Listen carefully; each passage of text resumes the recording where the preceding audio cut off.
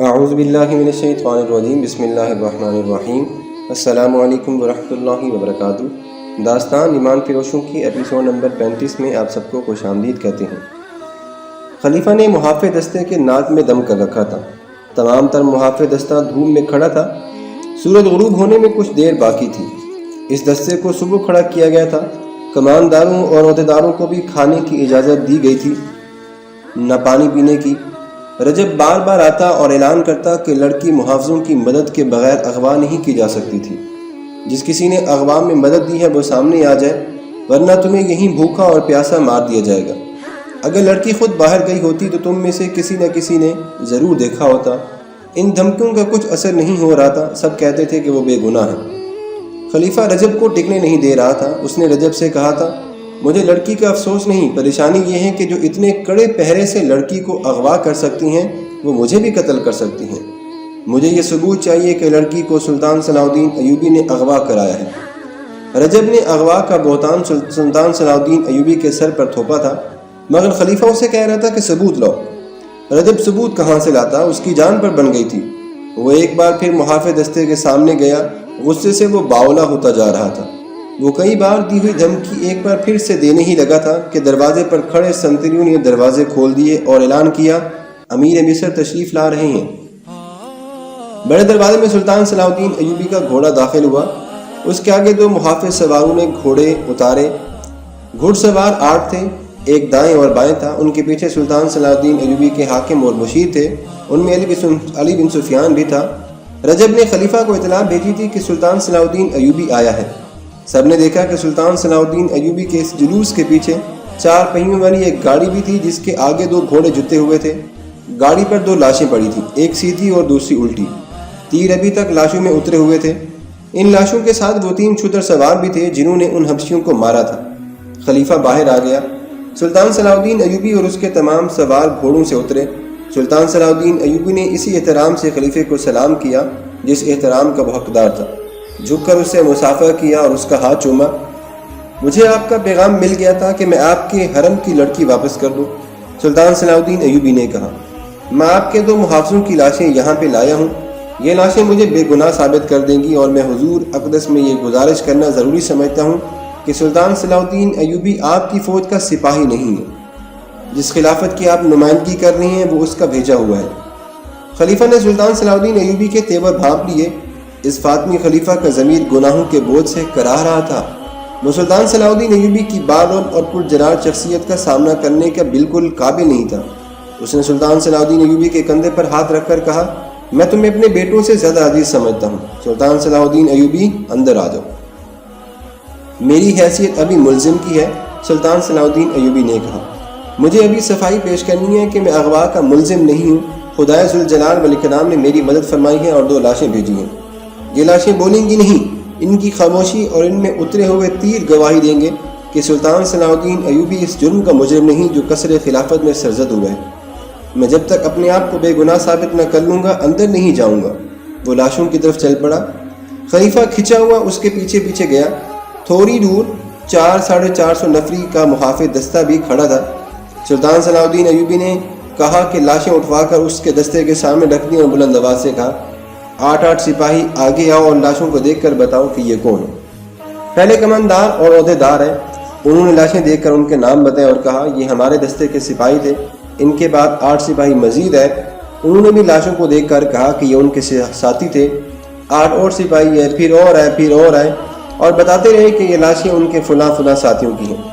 سلطان صلاح الدین ایوبی، خلیفہ نے کہا، میں نے مان لیا ہے کہ یہ لاشیں کسر خلافت کے 2 محافظوں کی ہیں۔ میں اس سے آگے سننا چاہتا ہوں کہ انہیں کس نے ہلاک کیا ہے۔ سلطان صلاح الدین ایوبی نے سنتریوں کو بلایا جس نے انہیں ہلاک کیا تھا کہ اپنا بیان دہرائے۔ اس نے سارا واقعہ خلیفہ کو سنا دیا۔ وہ ختم کر چکا تو سلطان صلاح الدین ایوبی نے خلیفہ سے کہا، لڑکی میرے پاس نہیں لائے گی، وہ سوڈانی حبشیوں کے میلے میں فروخت ہونے کے لیے گئی ہے۔ خلیفہ کھسیانہ ہوتا جا رہا تھا۔ اس نے سلطان صلاح الدین ایوبی سے کہا کہ وہ اندر چلے۔ سلطان صلاح الدین ایوبی نے اندر جانے سے انکار کر دی اور کہا، میں اس لڑکی کو زندہ یا مردہ برآمد کر کے آپ کے حضور حاضری دوں گا۔ ابھی میں اتنا ہی کہوں گا کہ حرم کی ایک ایسی لڑکی کا اغوا جو تحفے کے طور پر آئی تھی اور جو آپ کی منکوحہ بیوی نہیں داشتہ تھی، میرے لیے ذرہ بھر بھی اہمیت کی حامل نہیں۔ خداوند تعالیٰ نے مجھے اس سے اہم فرائض سونپے ہیں۔ میری پریشانی یہ نہیں کہ ایک لڑکی اغوا ہو گئی ہے، خلیفہ نے کہا، اصل پریشانی یہ ہے کہ اس طرح لڑکیاں اغوا ہونے لگیں تو ملک میں قانون کا کیا حشر ہوگا، اور میری پریشانی یہ ہے سلطنت اسلامیہ اغوا ہو رہی ہے۔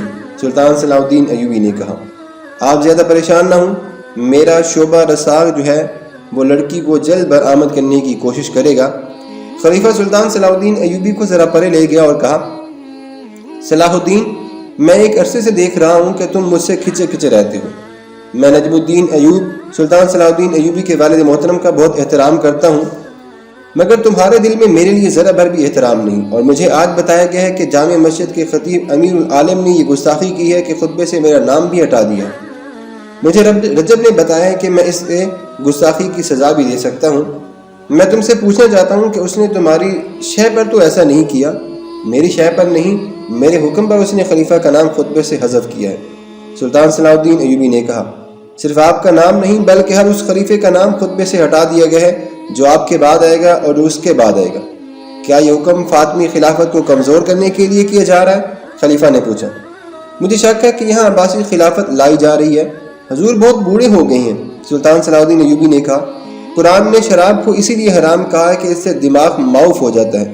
سلطان نے ذرا سوچ کر کہا، میں نے فیصلہ کیا ہے کہ کل سے آپ کے محافظ دستے میں رد و بدل کروں گا، اور رجب کو میں خود واپس لے کر آپ کو ایک نیا کماندار بھی سونپوں گا۔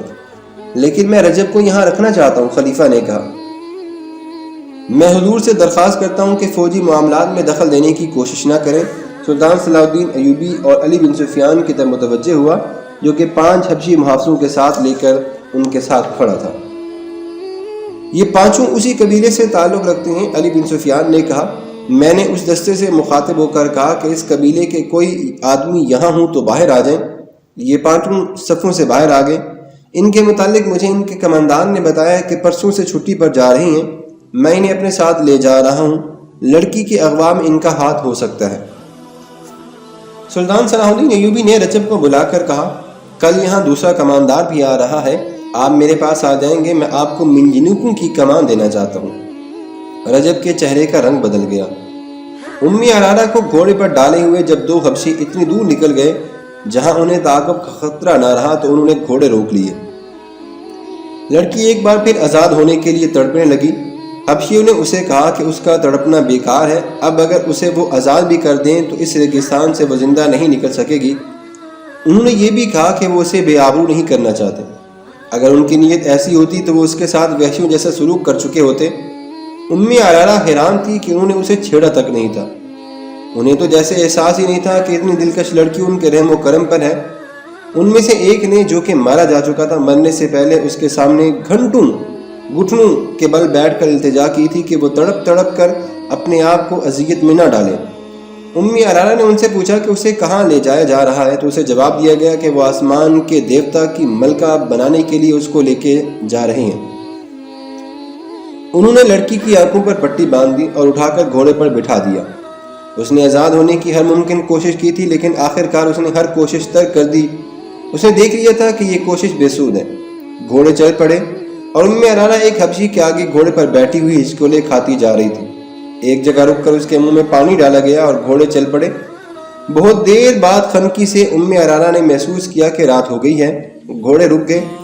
اس وقت تک اس نازک لڑکی کا جسم مسلسل گھڑ سواری سے ٹوٹ چکا تھا۔ دہشت سے اس کا دماغ بیکار ہو گیا تھا۔ اسے گھوڑے رکتے ہی اپنے ارد گرد 3-4 مردوں اور 3 عورتوں کی ملی جلی آوازیں سنائی دینے لگی۔ یہ زبان اس کی سمجھ سے بالا تھی۔ یہی حبشی راستے میں اس کے ساتھ عربی زبان میں باتیں کرتے آ رہے تھے۔ ان کا لہجہ عربی نہیں تھا۔ ابھی اس کی آنکھوں سے پٹی نہیں کھولی گئی تھی تو اس کی تو جیسے زبان ہی بند ہوگی۔ اسے کسی نے اٹھا کر کسی نرم چیز پر بٹھا دیا۔ یہ پالکی تھی۔ پالکی اوپر کو اٹھی اور اس کا ایک اور نیا سفر شروع ہو گیا۔ اس کے ساتھ ہی دف کی ہلکی ہلکی گونددار تھاپ سنائی دینے لگی اور عورتیں گانے گانے لگی۔ اس گانے کے الفاظ تو وہ سمجھ نہ سکتی تھی، اس لیے اس کی آواز میں جادو کا اثر تھا۔ یہ ایسا اثر تھا کہ جس نے ام عرارہ کے خوف میں مزید اضافہ کر دیا تھا، لیکن اس خوف میں ایسا تاثر بھی پیدا ہونے لگا تھا کہ جیسے اس پر نشہ یا خمار طاری ہو رہا ہو۔ یہ رات کی خن کی خمار میں لذت سی پیدا کر رہی تھی۔ ام عرارہ نے یہ چاہتے ہوئے کہ وہ پالکی سے کود جائے اور بھاگ اٹھے اور یہ لوگ اسے جان سے مار دیں، اس نے ایسی جرأت نہ کی۔ وہ محسوس کر رہی تھی کہ وہ انسانوں کے قبضے میں نہیں بلکہ کوئی اور ہی طاقت ہے جس نے اس پر قابو پا لیا ہے۔ اب وہ اپنی مرضی سے کوئی حرکت نہیں کر سکے گی۔ وہ محسوس کرنے لگی کہ پالکی برادر سیڑھیاں چڑھ رہی ہیں اور چڑھتے گئے۔ کم و بیش 30 سیڑھیاں چڑھ کر وہ ہموار چلنے لگے اور چند قدم چل کر وہ رک گئے۔ پالکی زمین پر رکھ دی گئی۔ امی ارارا کی آنکھوں سے پٹی کھول کر کسی نے اس کی آنکھوں پر ہاتھ رکھ لیے۔ تھوڑی دیر بعد ان کی ہاتھوں کی انگلیاں کھلنے لگیں اور لڑکی کو روشنی دکھائی دینے لگی۔ آہستہ آہستہ ہاتھ اس کی آنکھوں سے دور ہو گئے۔ وہ ایک ایسی عمارت میں کھڑی تھی جو ہزاروں سال پرانی نظر آتی تھی۔ گول ستون اوپر تک چلے گئے تھے۔ یہ ایک وسیع ہال تھا جس پر فرش روشنیوں میں چمک رہا تھا۔ دیواروں کے ساتھ ڈنڈے سے بھی لگے ہوئے تھے اور ڈنڈوں کے سروں پر مشعلوں کے شعلے بھی روشن تھے۔ اندر کی فضا میں ایسی خوشبو تھی کہ جس کی مہک اس کے لیے نئی تھی۔ دف کی ہلکی ہلکی تھاپ اور عورتوں کا گیت اسے سنائی دے رہا تھا۔ یہ تھاپ اور یہ لے حال میں ایسی گونج پیدا کر رہی تھی کہ جس میں خواب کا تاثر تھا۔ محترم سامعین، آج کی اس ویڈیو کا ہم بھی اختتام کرتے ہیں۔ جلد ہی اس کی نئی ایپیسوڈ کے ساتھ آپ سے ملاقات کرتے ہیں۔ اپنا بہت سارا خیال رکھیے گا۔ اللہ حافظ۔